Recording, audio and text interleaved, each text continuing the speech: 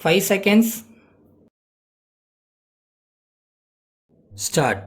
மாண்புமிகு தலைவர் அவர்களே, நிதியமைச்சர் அவர்கள் அளித்திருக்கிற வரவு செலவு திட்டத்தை நான் வரவேற்கிறேன்.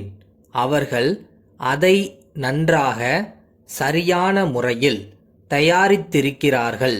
பொதுவாக எல்லோரும் விவசாயத்தை பற்றி பேசினார்கள். நெல் விலை ஏறிவிட்டது என்று சொல்லுகிறார்கள். விவசாயம் செய்தவர்களுக்குத்தான் அதிலுள்ள கஷ்டம் தெரியும். இப்போது நெல் விலை அதிகமாக ஏறவில்லை. நெல்லின் விலைக்கு கட்டுப்பாடு விதிக்க வேண்டும் என்று சொன்னார்கள். அப்படி ஒரு கட்டுப்பாடு விதித்தால் உடனடியாக அதன் விலை ஏறிவிடும். அதை நன்றாக கவனிக்க வேண்டுமென்று கேட்டுக்கொள்கிறேன். கட்டுப்பாடு விதித்தால் வெளிச்சந்தையிலே நெல் கிடைக்காது, அது கருப்பு சந்தைக்கு போய்விடும் என்று சொல்லிக்கொள்ள விரும்புகிறேன். ரேஷன் இருந்த காலத்தில் நெல் விலை கட்டுப்பாட்டில்தான் இருந்தது. அப்போது நெல்லை அதிக விலையிலேதான் விற்று வந்தார்கள். ஆகவே கட்டுப்பாடு இருந்தால்தான் விலை அதிகமாக ஏறும். கட்டுப்பாடு என்றால் நெல் விலை கட்டுப்பாடு மட்டும் இருந்தால் போதாது. விவசாயத்திற்கு தேவைப்படும் கருவிகள், ரசாயன உரங்கள் போன்றவற்றுக்கும் விலை கட்டுப்பாடு இருக்க வேண்டும். எத்தனையோ கூட்டுறவு சங்கங்கள் ஏற்படுத்தி இருக்கிறார்கள். ஆனால் சரியான முறையில் பொருள்களை கொடுப்பதில்லை.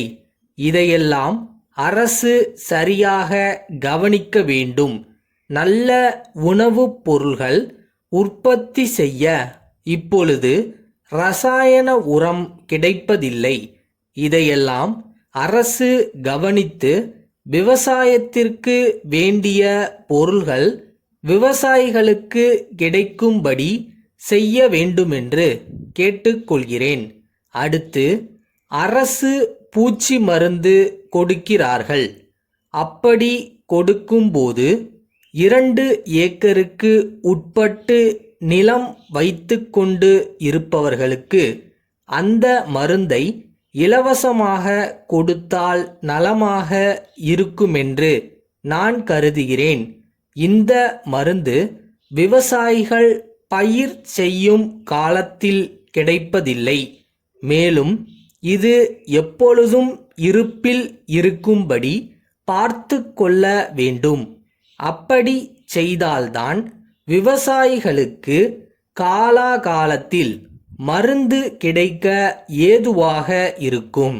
அடுத்து, மின்சார சக்தி வழங்கும்போது ஒரு குதிரை வேகமுள்ள மோட்டார் வைத்துக்கொள்ள வேண்டுமென்றால் அதற்கு 50 ரூபாய் கட்ட வேண்டுமென்று இசைவு பத்திரம் எழுதி வாங்கிக் கொள்கிறார்கள். அப்படி வாங்கிக் கொண்டாலும் உடனடியாக மின்சாரம் கொடுக்கப்படாமல் 4-5 மாதம் கடந்து விடுகிறது. பயிரிடுவதற்கு மின்சாரம் மிகவும் தேவையாகிறது. அப்படி தேவையான முக்கிய காலங்களில் மின்சாரம் தராமல் நிறுத்தி விடுகிறார்கள்.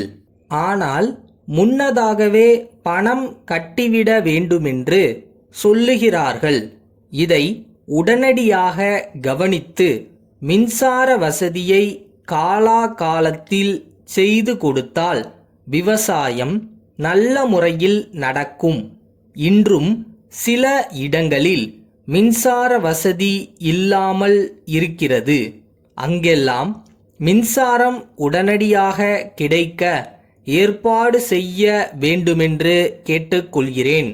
கடைசியாக, மாடு வாங்குவதற்கோ வீடு கட்டிக்கொள்வதற்கோ கடன் தேவையெனில் பல துறைகளுக்கு போக வேண்டியிருப்பதால் காலதாமதம் ஏற்படுகிறது. இதை தவிர்க்க ஏற்பாடு செய்ய வேண்டும். மதுரை முருகன் கூட்டமைப்பிலிருந்து சென்னை திருவாளர்கள் ஏழுமலை கூட்டமைப்பிற்கு எழுதும் கடிதம். அன்புடையீர், கொஞ்ச காலத்திற்கு முன்பு நாங்கள் ஒரு கடிதம் எழுதியிருந்தது நினைவு இருக்கும் என்று நம்புகிறோம். அப்போது சில பொருள்கள் குறித்து உங்களுடைய விலை மதிப்பை கேட்டிருந்தோம். ஆனால் அப்போது நீங்கள் இருந்த நிலைமையில் அந்த வாய்ப்பை பயன்படுத்திக் கொள்ள முடியவில்லை என்று தெரிவித்திருந்தீர்கள். அதே நேரத்தில் அடுத்த சந்தர்ப்பத்தில் வாய்ப்பு அளிக்கும்படி சொல்லியிருந்தீர்கள். தற்போது நாங்கள் ஒரு வாடிக்கையாளரோடு ஒரு பெரிய ஒப்பந்த வேலையை ஏற்றுக்கொண்டுள்ளோம். அதை முடிப்பதற்கு சில முக்கியமான பொருள்கள் தேவைப்படுகின்றன. உங்களை போன்றவர்களுடைய ஒத்துழைப்பை கொண்டு அப்பணியை வெற்றிகரமாக முடித்துவிடலாம் என்று நினைக்கிறோம். உங்களுடைய நிலைமை முன்பு இருந்ததை விட மிகவும் சீரடைந்திருப்பது தெரிய வந்துள்ளது. எனவே இத்துடன் இணைக்கப்பட்டிருக்கும் பட்டியலில் கண்டுள்ள பொருள்களுக்கு தங்களுடைய விலை மதிப்பை அனுப்பி வைக்குமாறு கேட்டுக்கொள்கிறோம். தங்களுடைய பதிலினை விரைவில் எதிர்பார்க்கிறோம். நம்முடைய பழைய தொடர்பை புதுப்பித்து கொள்ள முடியும் என்று நம்புகிறோம். தங்கள் நம்பிக்கையுள்ள